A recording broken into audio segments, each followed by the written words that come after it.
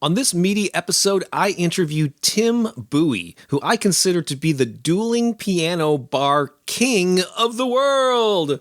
Sorry, I couldn't resist. Tim is a Guinness Book World Record holder and founder of the Piano Entertainers Convention coming to New Orleans in late March.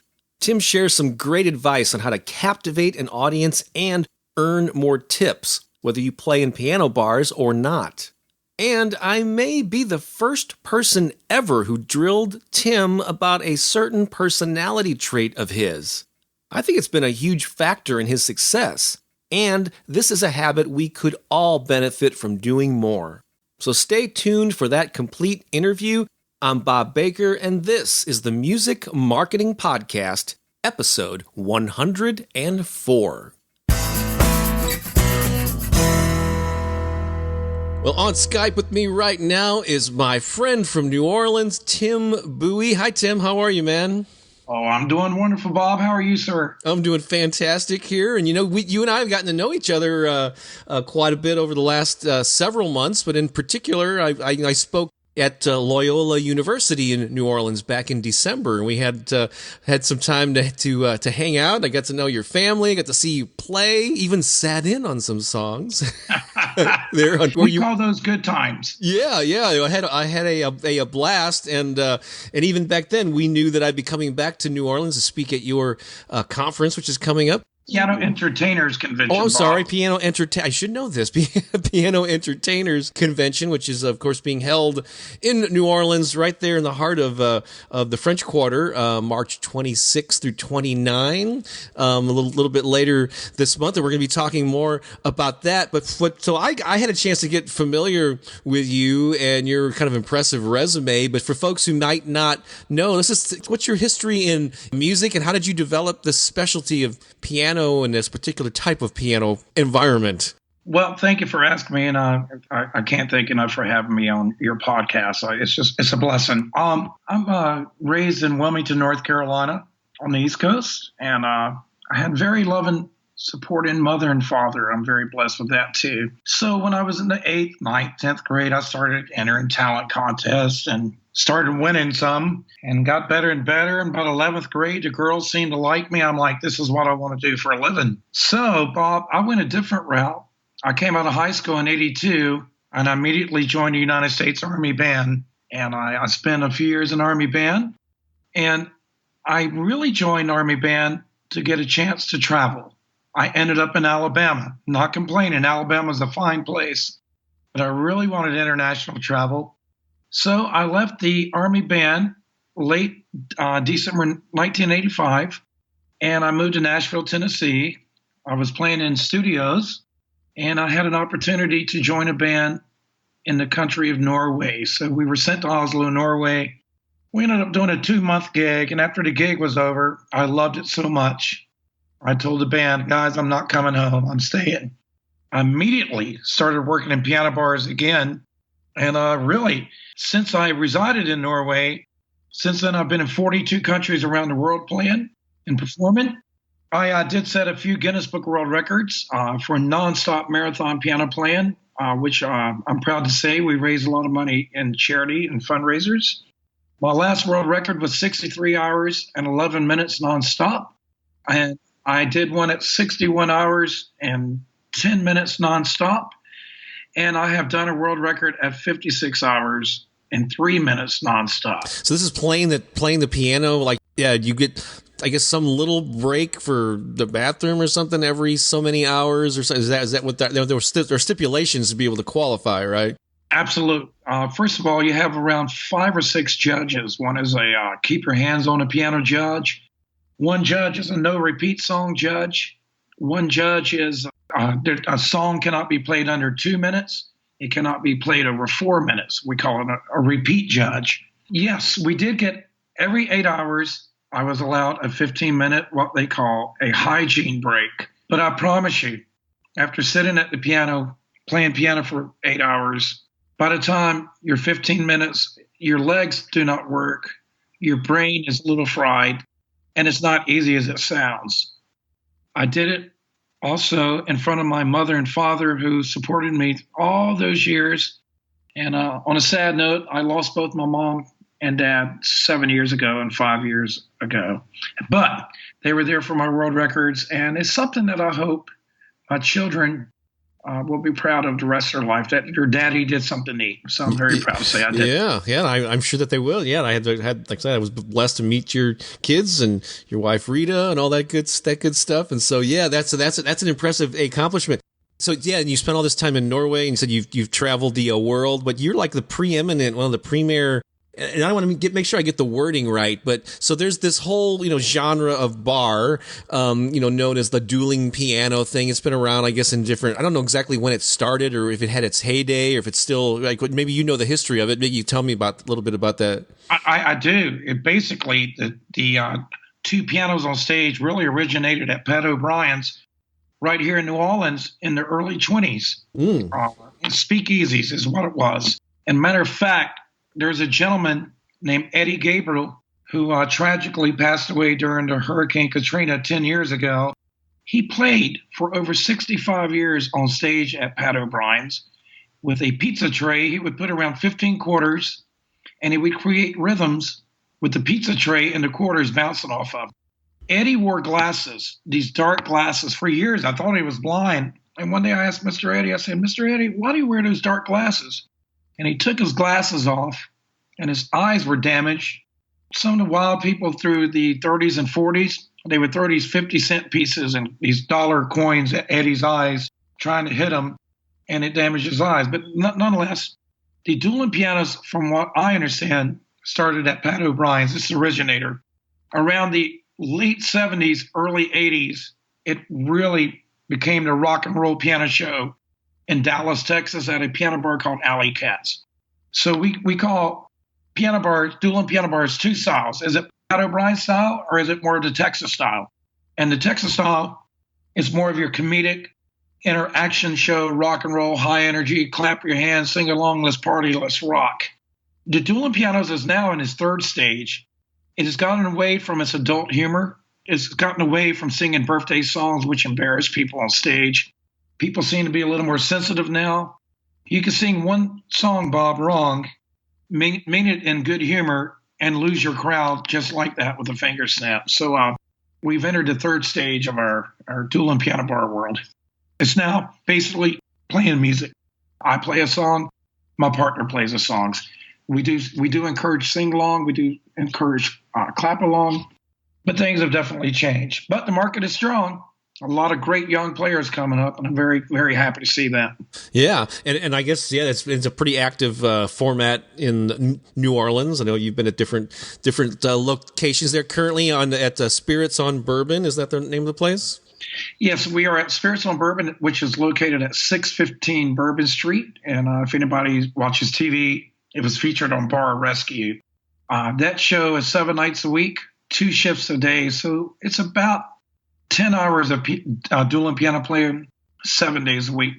And that Bar Rescue has brought a whole new world of folks to that piano bar. 7 days a week, that club is packed, rocking, and jamming. Wow.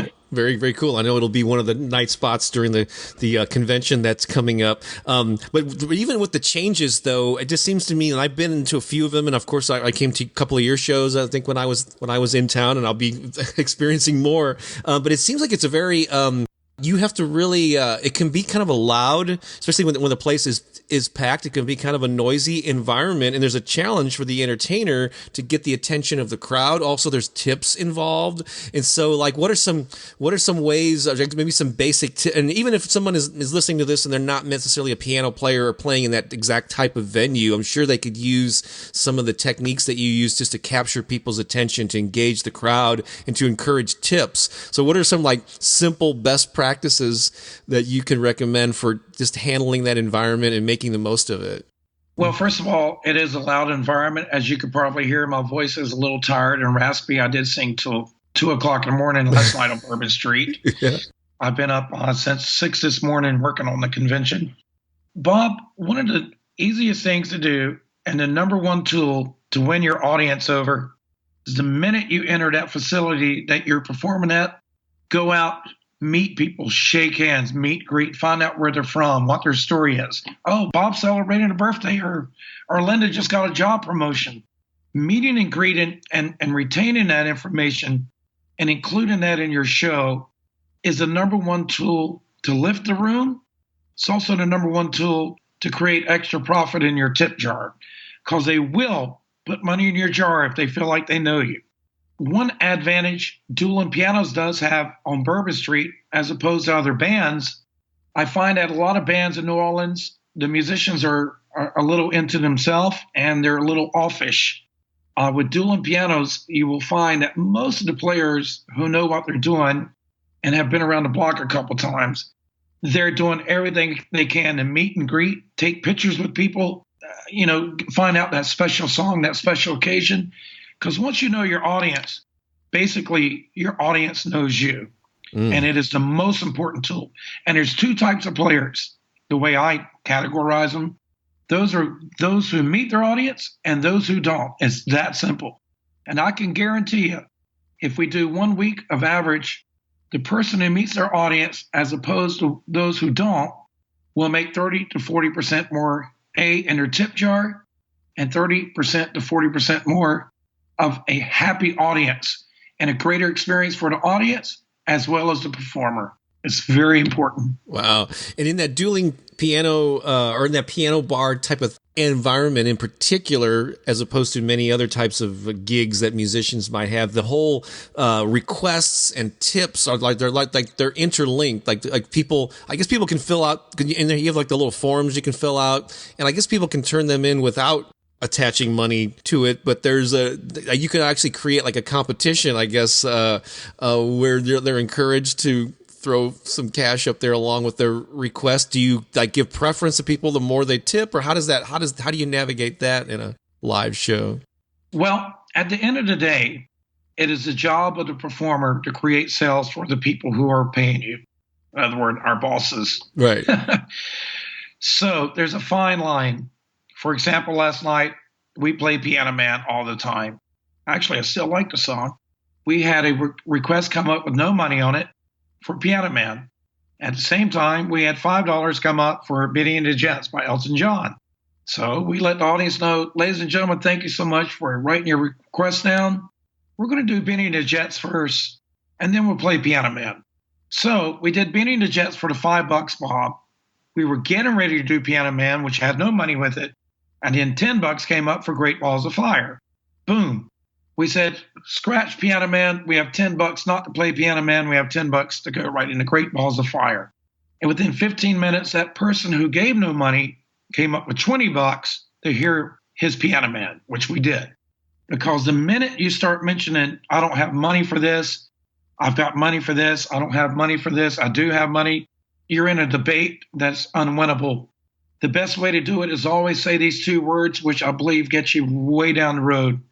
Thank you. If you can tell that audience and look them right in the eyes and say, thank you very much, and hold up that request with that $5, they know what you're talking about. In other words, I encourage the players that I work with or players that I might train, do everything you can not to mention the dollar value or currency, unless you get in that 20 to 50 to 100. Then you have all rights to go, oh, my Lord, I have $20 for this song. It's being played next. Boom. That way, people who don't have that $20 still feel like there's a chance their song's going to be played by the performer if they throw $1 or $2. But I always go out of my way to look them right in the eyes and give them a sincere, we are so grateful. Thank you so much. Hope you're enjoying the show. Words of that fact. Here's one more thing how about the $20 that come up for a song we don't know? I bring it to my partner. Let's say that man doesn't know it or that lady doesn't know it. Then we bring it to our other piano partner. We'll call that person over there and say, for example, it's an abstract song by the Eagles. So we will say on the microphone, folks, we have $20 for this song by the Eagles. We've never heard it.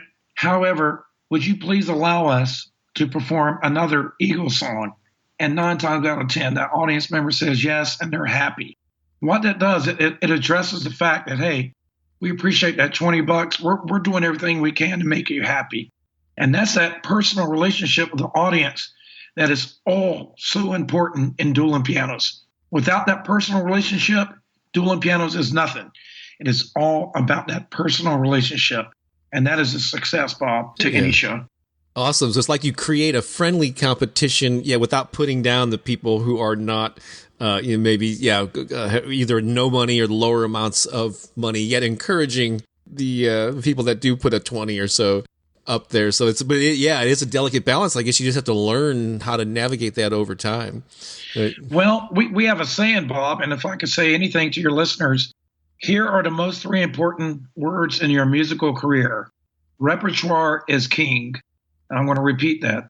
Repertoire is king. There is nothing better for somebody to throw an abstract song and you perform it. It's a good feeling for the listener as well as it's a good feeling for the performer. Knowing songs, I'm constantly learning new songs. Yeah, and I think on any given night, there's actually, even though it's dueling pianos, there's three people, I guess, three players who are there that night, and you kind of rotate through, so you're getting a break every hour or something. There's always two people on stage, but there's one taking a break. That is correct. And again, when that individual, he or she is off stage, I encourage him to go freshen himself up, use the restroom, and then go out and meet and greet. Really, that's part of your job. The music is 40% of what we do, I believe. I believe 60% is personal relationships. I really believe that. And even with the staff, it's important that the staff knows that you are in their corner. You are doing everything you can to also financially benefit them with their situation, especially waiters, waitresses, and your bartenders. I keep mentioning their names on the microphone every 15 minutes like clockwork. And it brings a unity to a staff that is so important in our industry. So speaking of that, you made a number of references to the relationships and connecting with people. And one thing, before we actually met, we'd spoken a number of times on the phone, setting up my appearance at the upcoming Piano Entertainers Convention. And it struck me that you were like always praising me. I always felt like I was really appreciated whenever I spoke with you, and you were telling me, how lucky you were to have, and just always saying, Absolutely. Thanking me over and over again. And then when we got to hang out, and I actually went with you to the gig, I found out this is the way you are with everyone. So it really just struck me, how you express your appreciation, and you really do. You're like, we hear this term people person, but you like embody that. Is that just something that you were raised with, or are you even aware that you do that more than most people? Or I haven't thought about it. You're very kind. I reckon I'm an old country boy who I love nice people, Bob, and I'm not very good with rude people, to be quite frank with you. The reason I praise you is I've been following you for a long time, especially after my best friend, Chris Foster in Liberty, Missouri, turned me on to you. And your advice has helped me out in many situations. And sometimes when I get confused in a situation when it comes to work issues, I will refer back to you. And the fact that you would even consider being in my life is a blessing. Now, my wife is Norwegian. She's from the northern part of Norway. And she has that too. I'll be honest with you, I'm nothing without nice people in my life. I want people to feel the love. I reckon that's why I do what I do. One of the joys of my life is when I rock out on a song and I peep out the corner of my eye, see if they're into it, and you can see their hair is blown back and their cell phones are out taking pictures. And it's a good feeling, man, to make people happy. And I mean, you're a special guy. I love being around special people, Bob. And, this convention coming in, we have a lot of special people coming in, and that's the payoff from me. The people that we choose to be around in this convention are celebrities, I'm calling them, which you're one of them. In fact, you're giving 2 seminars. Yeah. It's like winning a musical lottery, to be quite frank with you, in my opinion. Yeah. Well, I would think when you have that attitude and this is genuine with you. I don't feel like you're like, oh, I need to show my appreciation. Just like comes naturally for you. But it's just, you do that over a course of years, and you got tons of people that probably really enjoy working with you. But even like when I rode down with you to the French Quarter from your house, and we get out of the car, and you're having this conversation with the valet people and the hotel people. We're walking to the bar, and you're like stopping and greeting people because they, you know them because you've been there a long time. You're introducing me. You're saying great things about them. I mean, it's just like you can't help but walk down the street and just everyone you meet, it's like, hey, how you doing? You want to know about them. And that's just a great trait that I think we all could benefit from adding more to our personalities. You're very kind. I'm going to give that credit to my mother and father. That's Kenneth and Shirley Buie, my mom and dad. Maybe it's just Southern manners. I don't know, man. I've been around the world. I've met some rough people in my life, some not so good people. So maybe I cherish the ones who are good, maybe a little more. I don't know. Yeah, no, that's a great attitude to have. I think we should all do that. So yeah, I appreciate you sharing it. I didn't really tell you I was going to go that deep into it, but you're very kind. Yeah, just made me blush a little bit. Okay. And then on top of that, you're an awesome piano player and singer and entertainer, and so that's the whole package there. Which is why you're in demand. I know that people hire you to fly you to different cities and events around the country and around the world to do that special thing that you do. And I see why they would want to just have you back. Awesome. And if people want to look up more about you, Buie is spelled Buie? Yes, sir. TIMBUIE.com. Awesome. Well, Tim, I really appreciate you taking the time to share your wisdom. Bob, I want to leave everybody with one thought. This is my daddy's favorite saying, and I live by it. You cannot ride the bus until you buy the ticket. In other words, there are no free lunches. Ride the bus. Bless you all. Thank you so much, Bob. All right. Thank you, Tim. So long. Thanks for listening, folks. I'll be back with another interview real soon. So long for now.